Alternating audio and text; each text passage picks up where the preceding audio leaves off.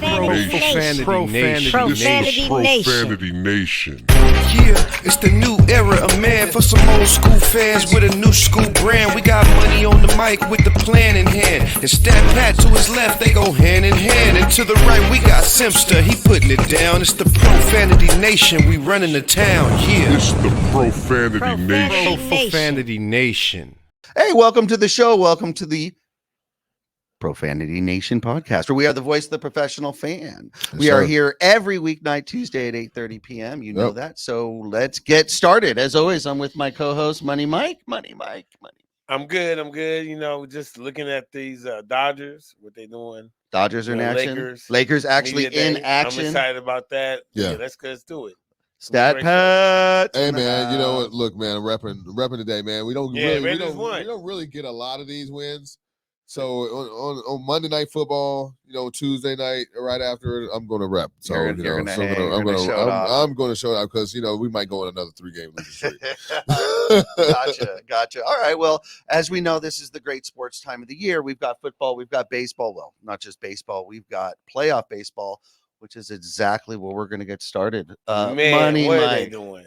What are they doing? All right, so first of all, hold on, wait a minute. I'm trying to really understand like what's going on because, you know, I'm a Dodger fan. I've been watching Dodgers for years. I've seen them be division champs, 6 out of 7 times in a row, whatever it is, like an incredible amount. Fun fact: anytime they win 100 games, they don't perform well in the playoffs. So that's kind of like what we got going on here. Another fun fact. They have a pitcher that's a Cy Young Award winner that historically has never. I mean, it's almost like terrible. I feel like that dude should not even be on a playoff roster. You know, that's how bad his performances are in the playoffs. And the Dodgers have this love affair with them, and they want to treat him like he's Oral Hershiser. Now, if y'all don't know who Oral Hershiser was, then you better go to your history. You go to your history books. And look him up. They called him the Bulldog because when he went out there, he needed to win. He delivered. If he needed to come in and relief, he delivered. You know, this guy Kershaw, literally his ERA is double than it was in the regular season. He shouldn't even be on I don't even think he should be on the roster for pitching. You know, because I just don't trust him at all. And you have reason. Yeah, I mean, historically speaking, he's bad, right? Horrible. Is there another player in any sport that has performed so tragically different in the regular season compared to postseason? I mean, historically great regular season. Okay, so here it goes. So first of all, you know what's crazy about the whole Kershaw thing is because I really believe that he's such a first ballot Hall of Famer because of the Cy Young awards he's won. But when you think about his career as a whole, you kind of like, kind of like, yeah, I get it. Yeah. You know, he won't be talking amongst the greats. But we trying to make, we thought, we had the next Koufax. We were like, we had him. And then he showed us, and in the regular season, he was Koufax. Every year, and then we get to the postseason, and he's getting worked by the Cardinals. He's getting worked by just all these teams, and it doesn't matter. I mean, you saw what happened to it just the Braves. I mean, some of the Astros worked him. The Mets worked him. Like it doesn't matter. We put him in the starting the main person position, and he has never delivered. Period. And that's kind of crazy. At the same time, I don't know what they're going to do. I mean, they're going to have to. They're going to lose. They're going to have to let him go.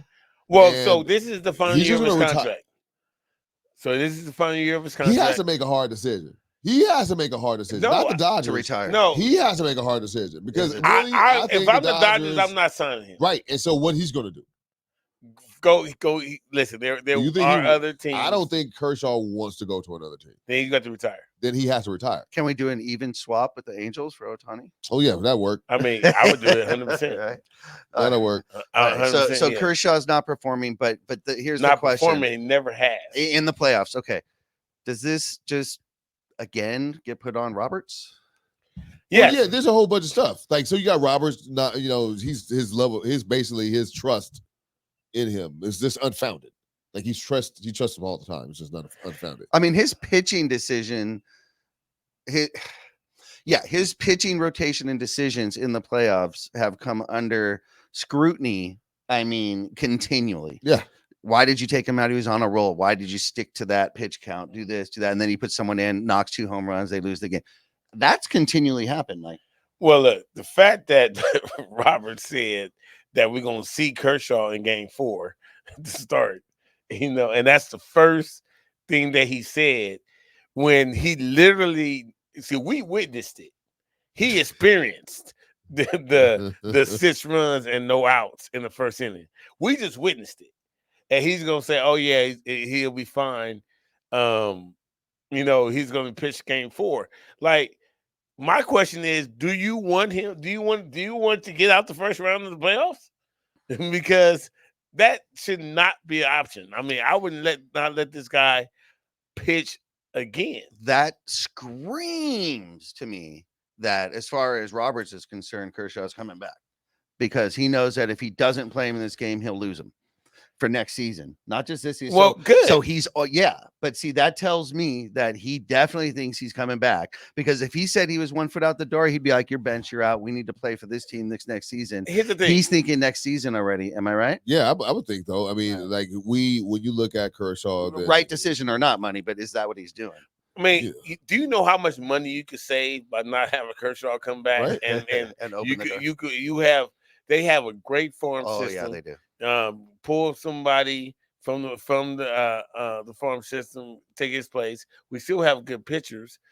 Kershaw is just not the man. Offer him a spot in the coaching staff, pitching staff, and he'll forever be a Dodger. But that wouldn't make sense. He'd rather be just a get broadcaster. Ohtani. I mean, listen. Just get Ohtani. Look, stop playing games. Stop playing games. Right? Just go get Ohtani. Ohtani want $400 million though. Okay, well we got to pay $400 million. If a team's willing to, I mean, what are we doing here? What are we doing? We're the Dodgers, LA. What? Yeah. First of all, we're the Dodgers, and first of all, we messed up the first time when we didn't bid for him and get him, because we were in the mix to get him at the beginning before he came from Japan. We were in the mix and we didn't get him. That's our bad. Obviously, it's our bad, because No Mo Mania. It would have been No Mo Mania on steroids. It would have been like how that was, right, on steroids. If you had a person like them, like what basically they call the next Babe Ruth, on your staff, then it would have been crazy. It would have been crazy. And we're Los Angeles, and the Dodgers would have loved it. We would market the hell out of that, right? The Angels can't market them like we can market them, right? So just come over here. Let's do that. But going back to the Dodgers, and yes, we could blame Roberts. We could also blame Kershaw. Freddie Freeman and Mookie Betts, our 2 highest paid players, are not performing in the playoffs.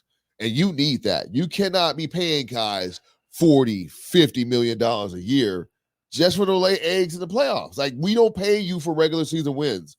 We pay you for championship. Apparently we do. Well, I mean, yeah, apparently obviously, the whole team gets paid for regulars, and has been getting paid for regular season wins. Yeah, it's crazy because we haven't put anything together. Only thing, unlike, I hate to say it like this, but, they haven't really proved it in a non-COVID season. Well, that's fair. With Roberts. With Roberts, it was like 50 wins, and they made it to this thing, like this tournament, in Texas, and they won.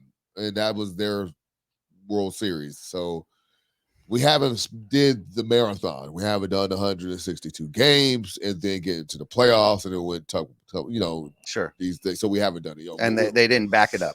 No, they haven't. They haven't yet. But once you keep winning 100 games, it's like kind of like you're just giving yourself like life support. Like, I'm not really doing anything to win championships. I'm just doing things to be relevant. But here's the thing. Here's the thing about it, and it's definitely gonna be weird for me to say this. It was not an exciting 100 games this year. Like, you never really felt like the Dodgers really were dominating, even though they were winning. They weren't dominating games, and you never, you just didn't have that. There was feeling. No Dodger feeling. Let me know. I mean, let me know what you feel. But did you feel like, okay, it was like they were supposed to win, but you didn't feel like dominance? Like Atlanta, you knew Atlanta was coming to town, and they were going to dominate. but you didn't really feel that right from the Dodgers. I just think the Dodgers are always around. So anything other than them just blowing the doors off everybody, like this is like, okay, yeah, you won 100. Are they MLB's Utah Jazz? Oh yeah, I believe so. They do great in the regular season, but so. Nobody's scared of them in the postseason. I believe so. Everyone wants them. I believe so. Like think about it. Like I could have swore didn't the Cubs beat us on the way to their only championship that they had that broke that 100-year curse. Mm-hmm. They beat us on the way to win that. That's what I'm saying. Like it would be a team like them or the Mets that would beat us or whatever. Like be some team like that would win, and then they would go off and then like the Nationals, like the Washington Nationals, they go ahead and beat us, and then they're like, but we're always around. Like that's what I'm saying. Like we're never the team that is going to just always win the World Series and have a dynasty run. We don't have a run, so you've got to tack to front office. And front office controls management, front office controls, staff. They got the players, don't they? They have the players. They have the players. Yeah. Well, is it Dave Roberts? When you win 100 games, you get another year, right? Well, that's what I'm saying. Like, how can you fire a coach or manager because that won 100 playoffs? Yeah, but you can't still fire him because he put. Okay, but you can't fire him though. You can fire him if Mookie Betts and or Freddie Freeman are tuning out. Dude, we'll see, but it's 100 wins. But here's my argument against that. This is not the first time that the Dodgers, if this happens, gets eliminated from the first round. Like we're talking about them being in first place, and they don't even, they're not even making it to the NCDLS. You know what I mean? The championship series. They're losing in the first round. Like Arizona barely. They had to do a playing game in order to get to them. And they're whooping on us. They're not like, they're not like these are close games and we, and it could have went this way or went that way. Like these are definitive losses that are getting put upon us. Yeah. And like, look, they could get swept. Like, tomorrow. That's if they get swept, how is that not worthy of at least bringing up the question for management change? Well, we're stagnant. It has to be there. We're stagnant. When you have the talent and you've hit a plateau and can't get past it. Now, the question is, it's not always, do you just get rid of the manager? It's, who's going to fill the place? Who's out there that's available, that's better, that gives you the confidence, oh, no, that can take us to the next level, get us over this hump. And if there isn't that manager out there, then what are you going to do? What are you doing? Just making a move to make a move? Yeah, that's the thing. Like, who do we have on the horizon that is like one of those? I mean, that's kind of hard with baseball because, it could be the third base coach of some team that you don't know of, right?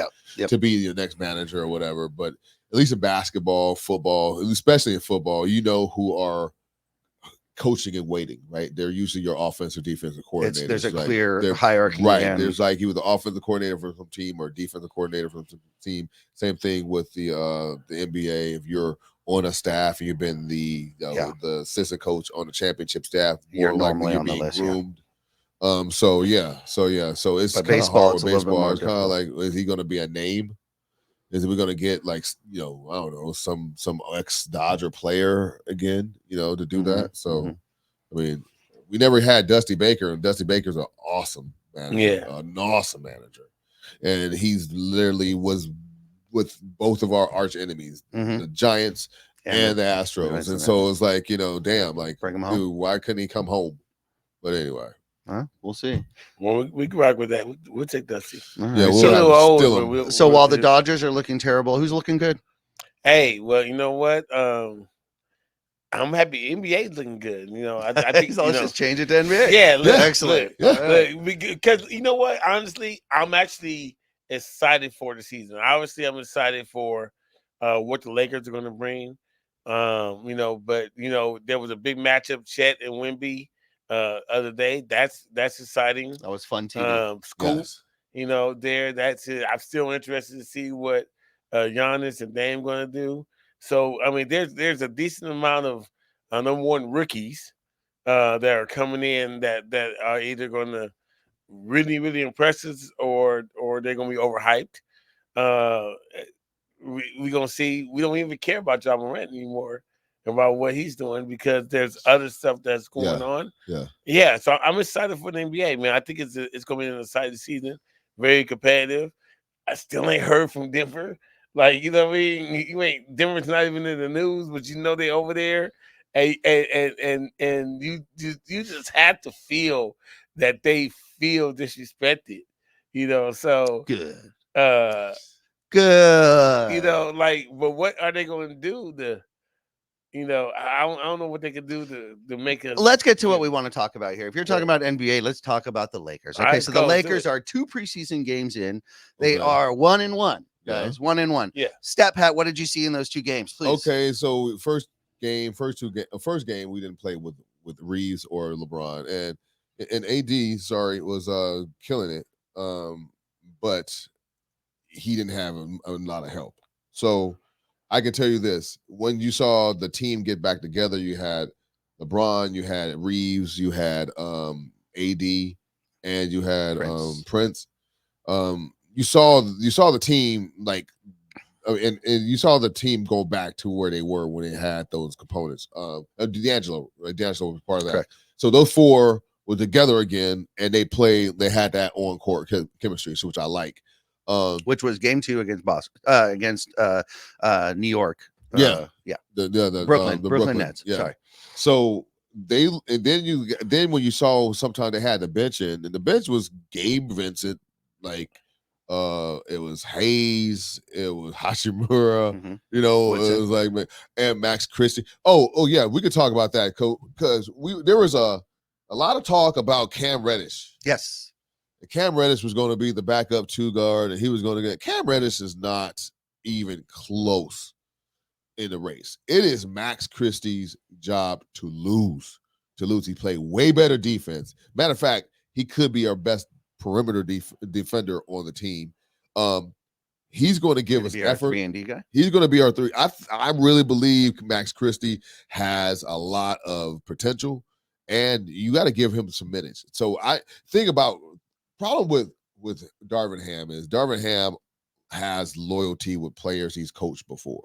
That's why he used to rock with Dennis. He rocked with Dennis to the end because he knows Dennis. And Dennis was good. Yeah. But I'm just saying, there's sometimes Dennis will have an off night. He was like, man, we're going to rock with Dennis all night. And same thing with Ham. I think initially, I think he was going to try to just be based on seniority. But now that the games are playing and one person is clearly showing up and the other one is kind of sluggish, you gotta play the young horse. You drafted him, you're grooming him to be a replacement, to be in your starting lineup. Eventually, you cannot waste and squander his potential. So I think that's going to happen.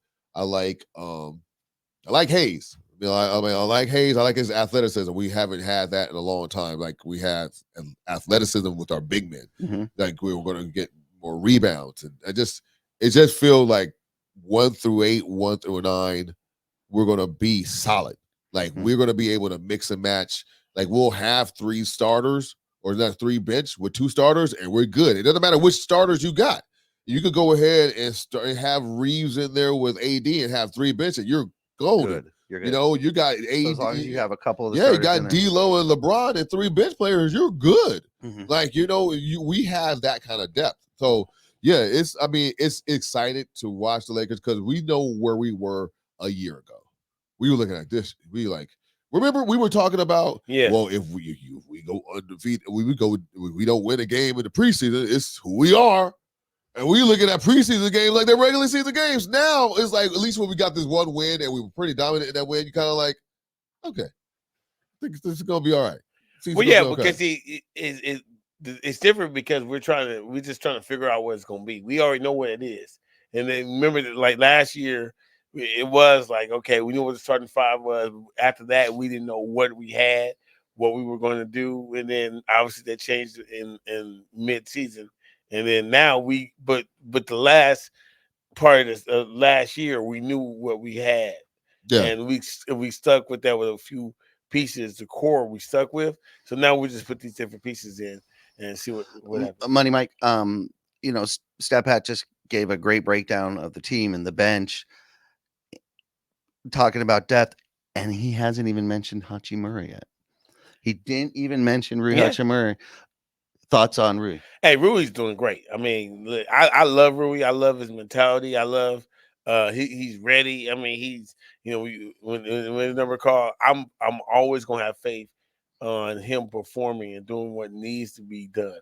So if you need a rebound, Rui gonna get it. If he needs a clutch three, he gonna get it. Mm-hmm. He needs to get a foul on that one, he's gonna get it. So I'm comfortable with when Rui's in there at any given time. So do you think Rui's our fourth quarter guy?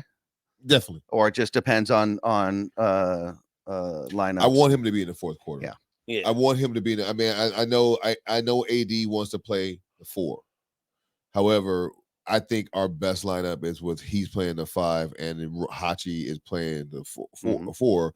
And if we need to go ahead and do what we did, switch hit and Rui can defend the 5. Let him defend the 5. But play offensive. Yes, then we have to do that. Then we'll if he doesn't want to guard him beat in the fourth quarter, then sorry Hachimura, you're you about to get beat up.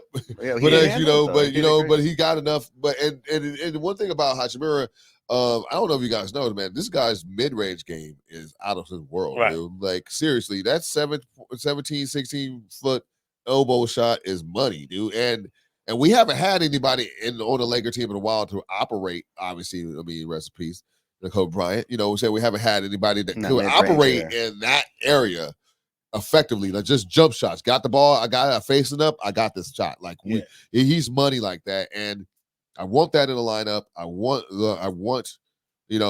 Reeves and we'll see how D'Lo works. Yeah, he's the only one. He's the only one I don't trust. All right, but he did great. But he's killing last it. game. He's killing it. Hey, 6 killing assists. He's killing it right now. My problem with D'Lo is when he's on, he's on. But when he's off, he's off. Yeah. You know what I mean? And when he's off, he tends to look look, tuned out too. Hey, uninterested. He turned into a Kershaw in the playoffs. I'm just saying. Well, so let's really give him the credit because remember, he only had one bad series. We played 3 series. Yeah. And he saved us a couple games. So he played great, like 31 points. Like that game 5 against the Grizzlies, when he literally was the one where everybody was like, how are we gonna win the game 5? And he just came out there and set the tone. Bingo. Like, I don't know, it was a game 5, it was game 6. Where it was a closeout game where it was like, are we gonna be able to close them out? Because we don't want to go back home. We go back to their house. And he came out there and really stepped up to the point that it was like D'Lo's show, and he had the whole crowd buzzing. He did great that series. He did good with the Golden State series. He did not get outplayed in that series. Yep. He only got outplayed because he had to go against a more physical Jamal Murray, and Jamal Murray was like trying to get some get back. Because that Jamal Murray was like literally, okay, I'm over it. You guys are the reason why we didn't win the other championship. I'm coming for y'all neck right now. Right. And it just so happens that when you got Bruce Brown come off the bench and he was punking our guards, that's what was happening. He was like coming in there. We were just getting punked. Now I think we understand what it is to win or, in this playoff. More importantly, what it is to lose. Yes. And that's got to more important stick in there, crawl. I'm hoping that got to just stick in there as a team. And we just see now we see the goal. The goal is to beat Denver. Right. You can beat Denver. Everything else is pretty much K. Yeah, 100%. But got to be the focus. But let's talk about Lakers North a little bit too. Golden State Warriors. Okay. Because look, here's the thing. Like we have to definitely consider the Warriors. They definitely have a championship pedigree. They have a Chris Paul coming.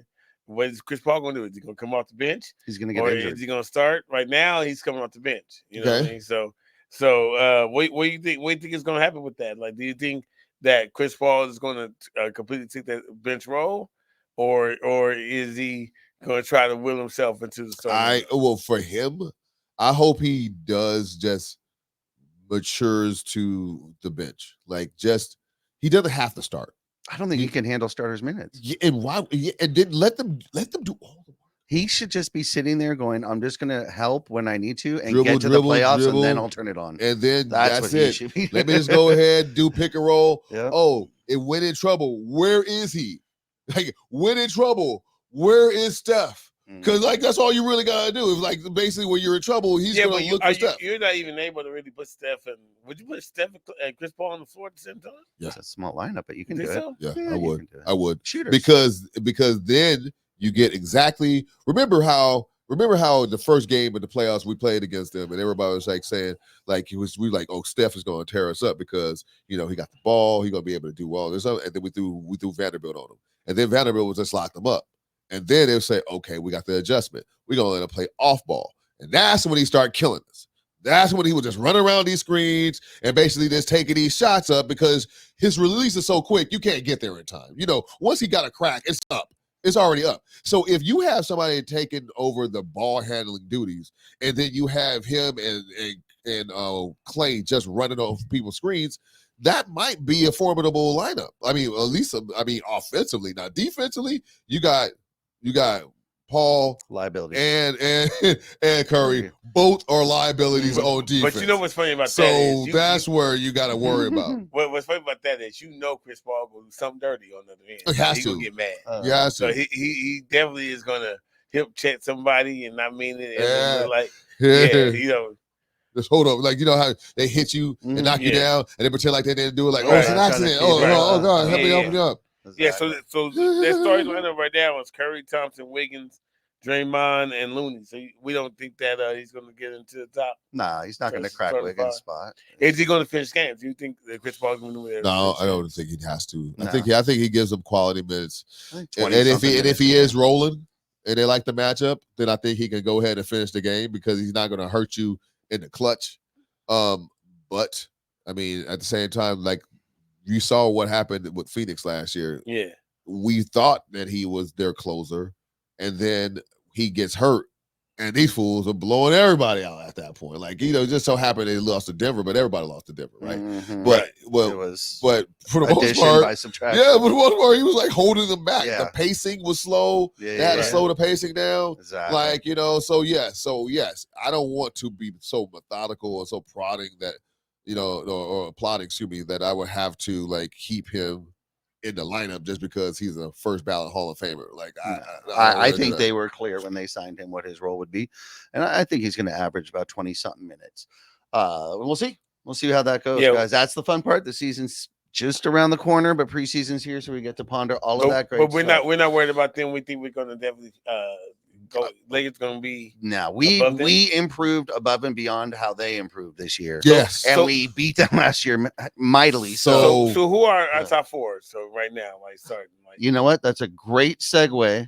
And we'll tell you when we come back from this commercial. So don't go anywhere. You're watching the Profanity Nation podcast. We'll be right back. Yes.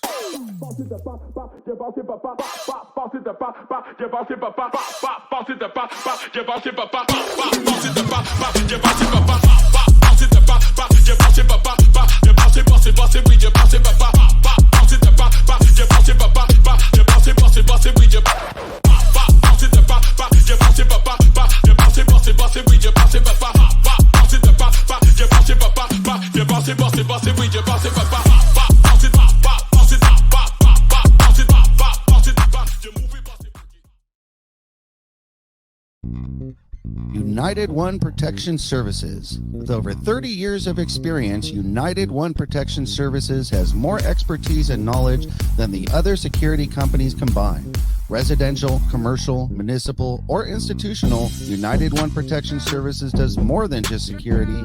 We protect your livelihood. United One Protection Services.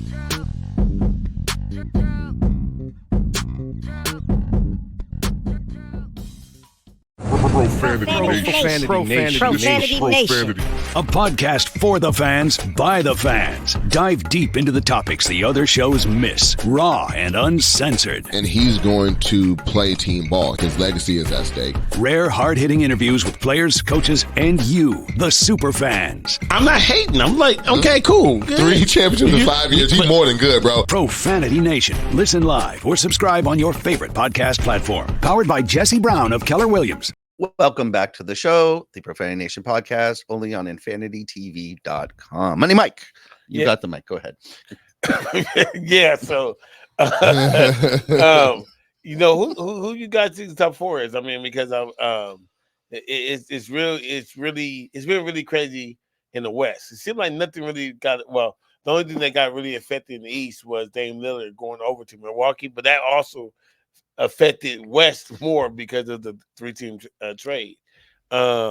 So like my top 4, I'm still putting probably the Warriors. Now, I'm not gonna say in any particular order, but the Lakers, the Warriors, Denver, of course, and maybe Sacramento in the top 4. He's slacking. Okay. I think when we're talking about top 4, and we got to go ahead and put Phoenix in there. I mean, and they're not 4. Mm-hmm. I mean, on paper, they're not 4. Like no one's Kevin Durant and no one's Beal. With Beal and Booker. They're not 4. So yeah, I did forget about them. Yeah, they're not 4. So if anything, they're ahead of Golden State. They're probably held ahead of Golden State. Are they ahead of us? We have to see. At the same time, we have Denver, the champs. Got to give them their credit. And like I was thinking, like I think De'Aaron Fox, Malik Monk, I think they're here now. Like I don't think that was a fluke. I think they have their now. They have their thing that home court advantage. Before they used to, now they have the beam. They have a thing now. You know what I'm saying? Yeah, they have now an identity again, and so I think they're ready to take the next step. I think they're the team the NBA wish the Grizzlies were. Because I think the Grizzlies have the talent, but they don't have the maturity. And I think that's what Mike Brown brings to that team. Mike Brown, that's hilarious. Yeah, Mike Brown. But Mike Brown been through the war. Yeah, and listen, he definitely is a good coach. He's been on enough teams. He played against all these people, so he know how they move. My thing about Phoenix, though, if you think about it, on paper they look great. Yep. But Kevin Durant without a Steph Curry, not so great. Like when he was over in New Jersey, I mean Brooklyn, it was issues, a whole lot of drama and stuff. But I am not convinced, as great as Kevin Durant is, that he's able to carry a team. And Booker hasn't, when nobody was here. So that's my whole thing. I think it'll be great basketball. What about Beal, though? Wins. Huh? What about Bradley Beal? Yeah, well, Bradley Beal again. He's been on that the Wizards, and he never really was able to project. He performed well. So Beal individually has always performed well, but he never made them really a contending playoff team, really, right? Right. Booker, was always there, doing well, playing to his potential, probably above.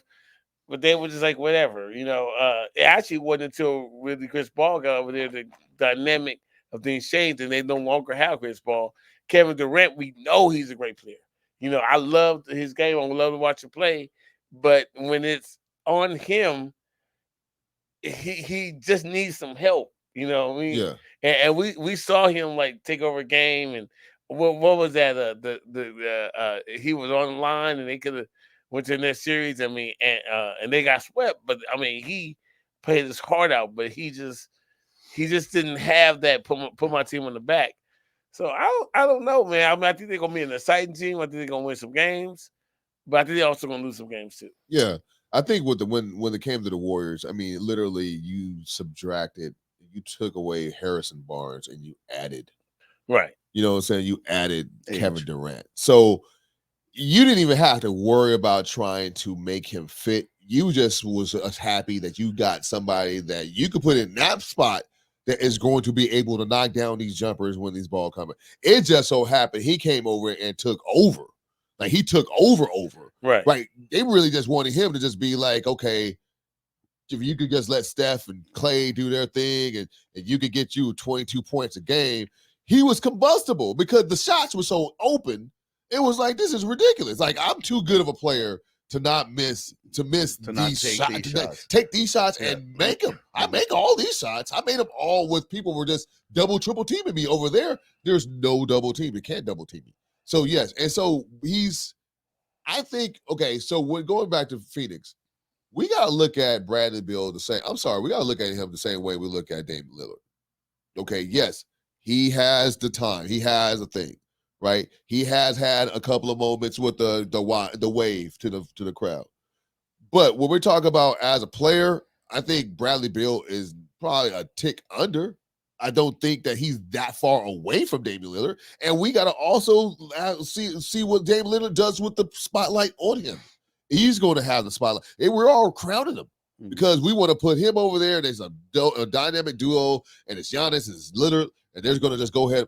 But we don't know how he's going to perform when it gets thick. I mean, look at when Shaq got traded to Miami. He had Dwayne Wade. The first year, they did not beat Detroit.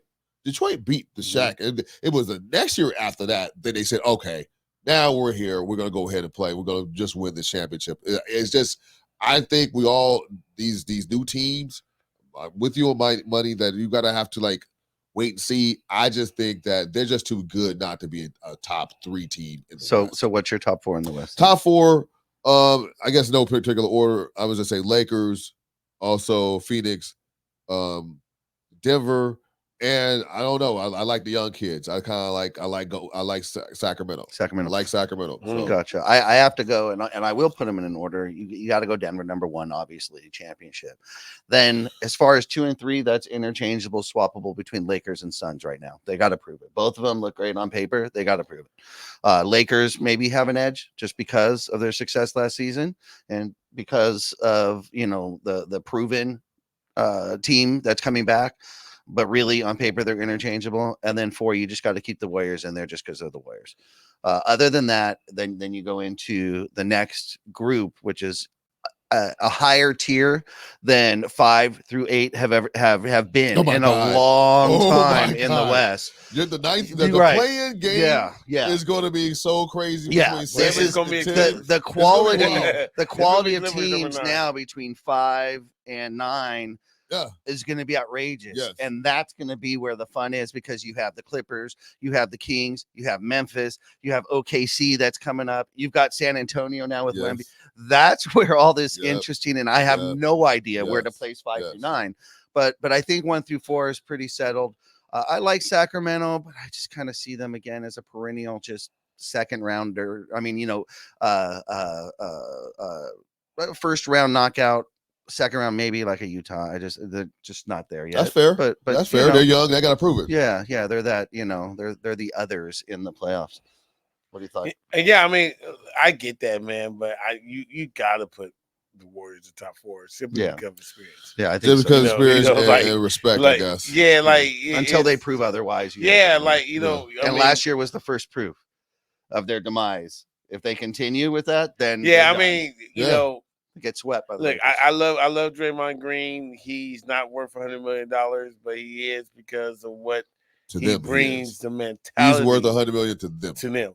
Right. And he got Rich Paul, son Rich Paul. Rich Paul. The Rich Paul tax instantly adds 20 million. You already add 20 million. Right. But as a player, I mean, to me, honestly, Draymond Green is probably the Mrs. Link out of everything because performance-wise, but if they're able to keep that mentality and the heart, that Draymond brings to that team, they're definitely gonna be a force. They're gonna be a hard out every night. Yeah, no question. So you got to put them in top. It's gonna be fun, man. It's gonna be a fun year. So I'm excited about that, man. That means it's gonna be 50, 60 games that we won.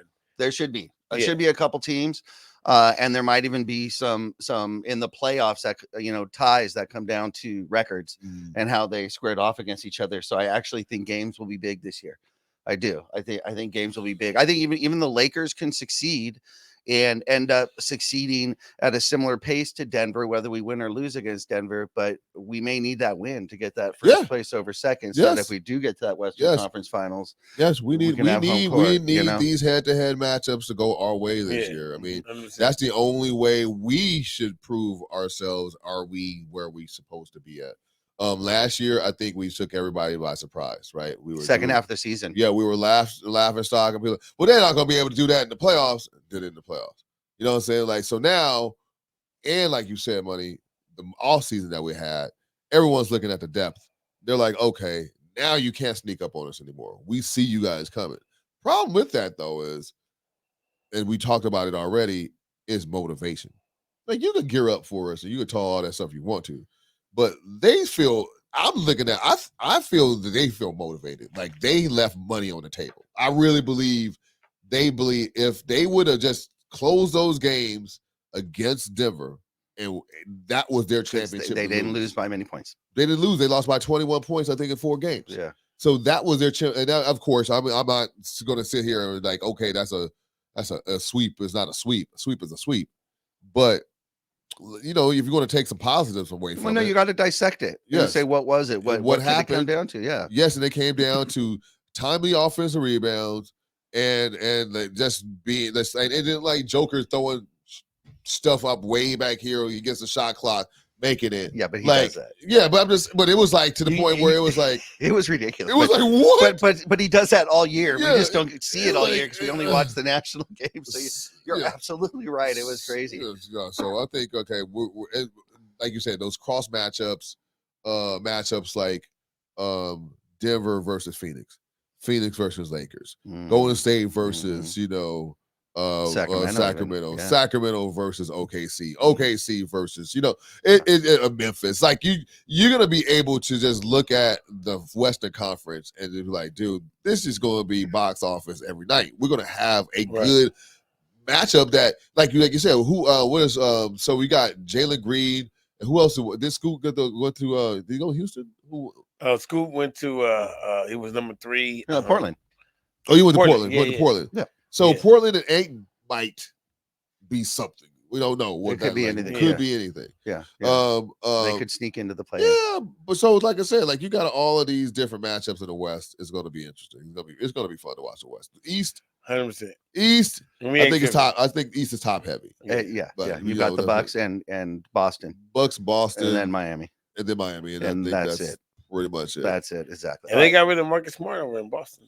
Yep, he went to Memphis Grizzlies though. That's it. They shipped him out. All right. So before we move on to our final segment, I'm going to let you discuss your NFL Raiders. Tell us what took place. Tell us how they won. Tell us and gloat and enjoy. Bro, let me tell you something right now. I'm gonna be 100% with you.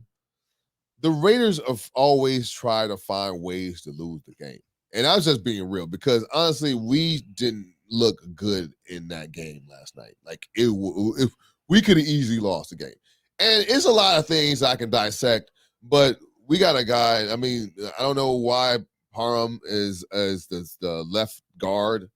But he was getting blasted, and basically, Aaron Donald ever taught us something. The quickest way to get to the quarterback is pretty much through the defensive tackle passing the A and B gap. Like that's what you're right there. And if he's if you can just disrupt and be in the middle before they can already, it's over with. It's like you can't play. You can't. Your running game is going to be crap. You can't really third down. They're going to collapse the pocket. Like it's just going to be just utter chaos, right? And so that's what they were doing. We didn't have a consistent run game. We still haven't got a consistent run game. We got Illuminor on the right side. He's basically getting beat by the second best pass rusher on the team. He's always getting beat. So it's just we were lucky to make more plays than them because at the end of the day, our coach is always going to do something stupid and bonehead at the end of the game. They're going to let you back in it. Like again. You got 4th and 1. You're in the red zone, 4th and 1, or you say the 30-something yard line, 4th and 1. You're up by 4. Yes, if you kick a field goal, mathematically you will be up by 7 points, and they will have to get a touchdown to win the game. Yeah. But newsflash, you're up by 4. They have to get a touchdown to win anyway. So you guard against the touchdown regardless. Yes. So you have to go for the win and knock them out. Why you're not going for it on 4th and 1 in your home is just ridiculous. And this is the second time when you're looking at McDummy at this point, we're calling him. It's like that he can't get out his own way. And that's why I'm like, yes, I'm here to rock this Raider fan stuff. I'm here with the Raiders. I'm rocking Just win, baby. But are you asking me if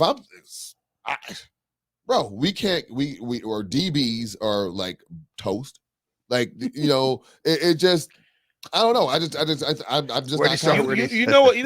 I'm sorry you asked me that because literally I have no confidence in this team. But Simpson, see, this is what's great about because there's a personality, and let me just say this. So my wife, we was talking about one of my friends, and he was a Cowboy fan, and she just didn't understand. She thought it was every time it was Super Bowl party, he would have the Cowboy jersey like they were watching the Super Bowl, like they were, and we always talked about like whatever, and he always thought, and every year they were going to Super Bowl, so he thought it was just him, and then literally a couple weeks ago, she was like, "Oh, all Cowboy fans like this." She said, "All Cowboy fans are delusional and know they're gonna make the Super Bowl, right?" Yeah. Well, see, that's what's so great about Raider fans, because we understand just win, and it's a great thing that we got to win. But we're very honest. You know what I mean? Right. We're like, hey, you know what I mean? Commitment to excellence. And that was not excellence that we saw. Yeah, right. And we got what we gotta do is we gotta figure out how we gonna be excellent. Because if we continue to play like we play, even though we won, which is a good thing, we're not gonna make the Super Bowl because we are not excellent yet. You know what I'm saying? And so that's the difference in there. Now, Cowboys would have won. We going Super Bowl. Yeah. It don't matter. We won. That's a record. Now that we in the playoffs, we were straight to Super Bowl. Well, you know what's crazy about that? So we're talking the other team forfeited because they didn't have enough players. Right. It doesn't matter. They're going to Super Bowl. We stand. Listen, we won. But we figured out the way. Barely a shining light in that. But we did not pay excellent. Right. I'm gonna tell you everything that went wrong. And why are we not gonna make it? The Raiders, the Raiders used to be, their motto was commitment to excellence, because we were winning a lot of times. Even in the 80s, we were still one of those top dominant AFC teams. Yeah. Even though we did not make the Super Bowl, we were still in the playoffs. We still had a good record. You know, up until Bo Jackson got hurt, we was always up there. And even when Rich Gannon and everybody feared us, so it was a fear. We were still good. After a while, it was like we never said commitment to excellence because there was no excellence being shown. And then it was literally just win, baby, because that's all we're asking for. We don't care how we get this win. Expectations have slowly dropped. If we can win on a safety, we're going to win on a safety. Like, seriously, like like, dude, like we'll win this thing 2-0 every game if we have to win. But, you know, I just think that the Raiders are just, you know, they're always going to be a work in progress. And one thing you said is we just got to always be real with the team and hold these guys accountable. That's what's great about being a Raider fan. Because we don't, man. I mean, they just going to think like we're going to take us for granted. You know? Yeah, I got to throw some shades though. Eagle fans, man, they all bullies and they always ready to fight. You know, I don't know what's up with that. That's why they the only ones that got jail in the arena. You know. So y'all be afraid, be very afraid when you go to an Eagles. Anyway. So watch out for Eagles fans more than Raiders fans. All right, we'll make sure of that. Absolutely. They always start the fight. We just finish them. There it is. I like that. Yeah. All right. So as you know, because you guys watch and listen to this show every week, we finish each show with a segment we call Money Mike's Out of Bounds. Money Mike is going to share his thoughts or opinions on a topic, and it's real easy. He just wants to know, are those thoughts in bounds or out of bounds? Hey, Mike, I'm going to my favorite subject, LeBron James. Oh, my God. You know, and look, here's my thing. I was watching the media day, you know, press conference, and it was asking him a question, and you know, they asked it to him, and I get it, you know, he had to answer it. But he's talking. They asked him about owning the team in Vegas, and he was talking about why he wouldn't do it, how it would be great, whatever. But I'm watching it, and I'm listening to the interview, and and answer. I'm like, hey man, we ain't got no time to be talking about you. You know, owning the team in Vegas, we got to get you focused in trying to win the championship. Ain't this a little early, dog? You know what I mean? Like, you ain't going to own the team in Vegas until like 5 years after you retire. So, look, unless you going to retire like, you know, last year, which you not, because obviously you trying to play this year, we don't need to be talking about you owning no team in Vegas. Am I out of bounds to say it's way too early? It's premature, LeBron, to be talking about owning the team in Vegas. Because, dog, we got if you still playing, we give you, $45 million to play. Stop talking about owning the damn team. I don't care nothing about that right now.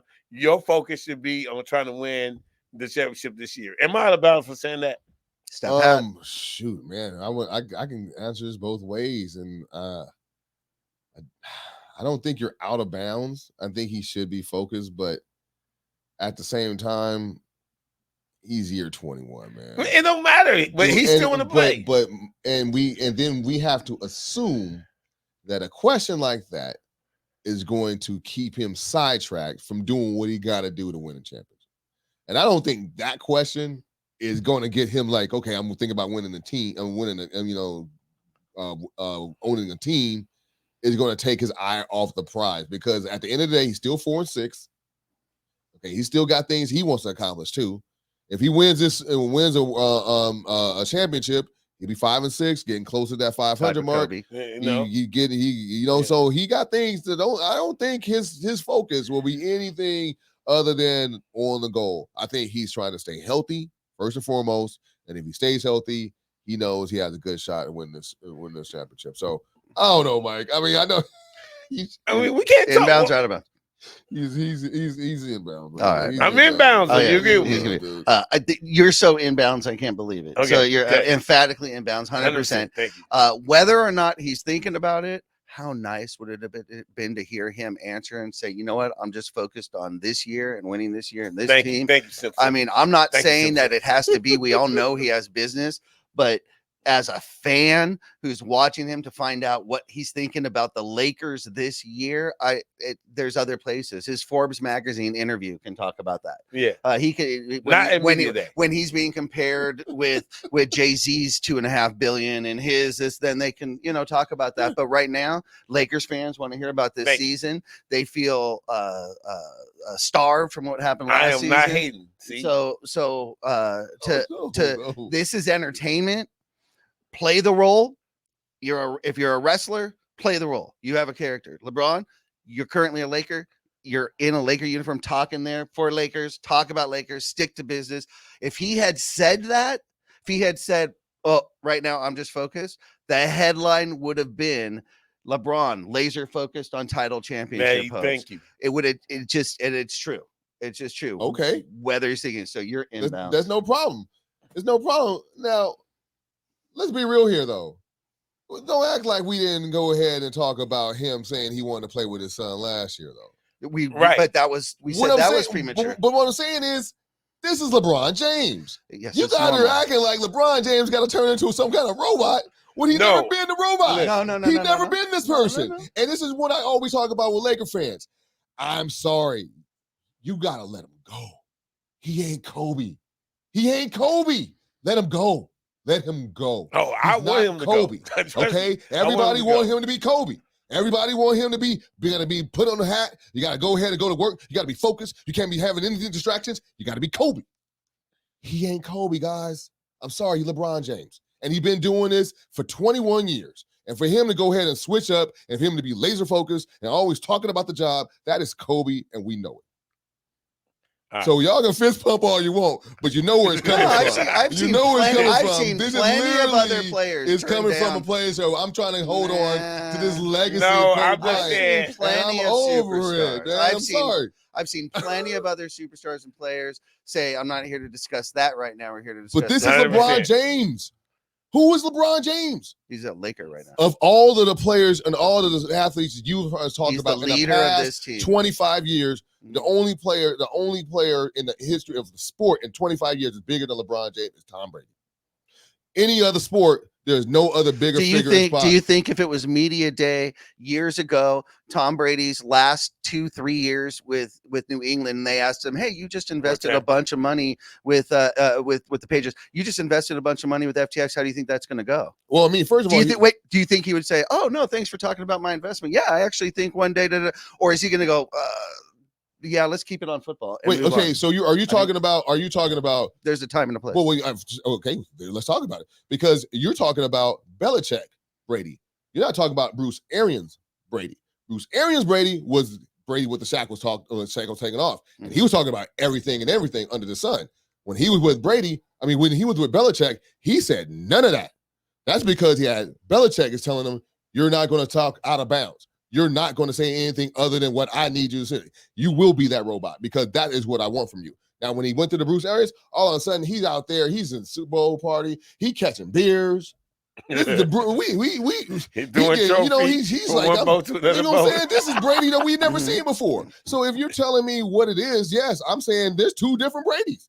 Totally. 10 years ago, Brady would not say anything. He was like, "Nope, I will not talk about this right now on camera because this is what it is." You put him over there with Tampa Bay. he was a little loosey goosey. So I'm just saying, I don't know, man. That's why I'm saying of those players, LeBron James has always been the person that's always talking, and people just always have to just deal with what he's talking about. Well, either way, you got 100% money, Mike. So. I ain't got time for that. So good for you. Good for you. All right. Yeah, we just want to talk Lakers and stick with the Lakers and just Lakers. So we'll be back next week to talk Lakers. And only Lakers. So thank you for joining us on the Profanity Nation podcast. Another great episode. As always, join us every Tuesday night, 8:30 p.m. on infinitytv.com or listen on your favorite podcast platform. We will be back next week with more updates, more news, and more interesting details. Until then, stay cool. Peace. Peace.